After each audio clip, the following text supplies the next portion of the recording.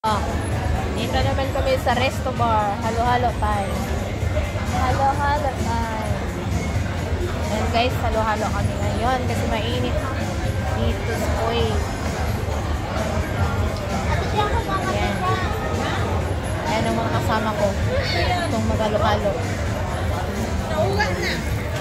So, syempre, mga moments natin dito sa Kuwait guys.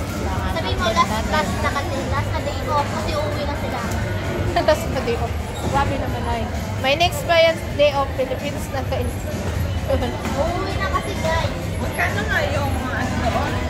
Yung combo na may kasamang Pilorian? Magkano nga yan?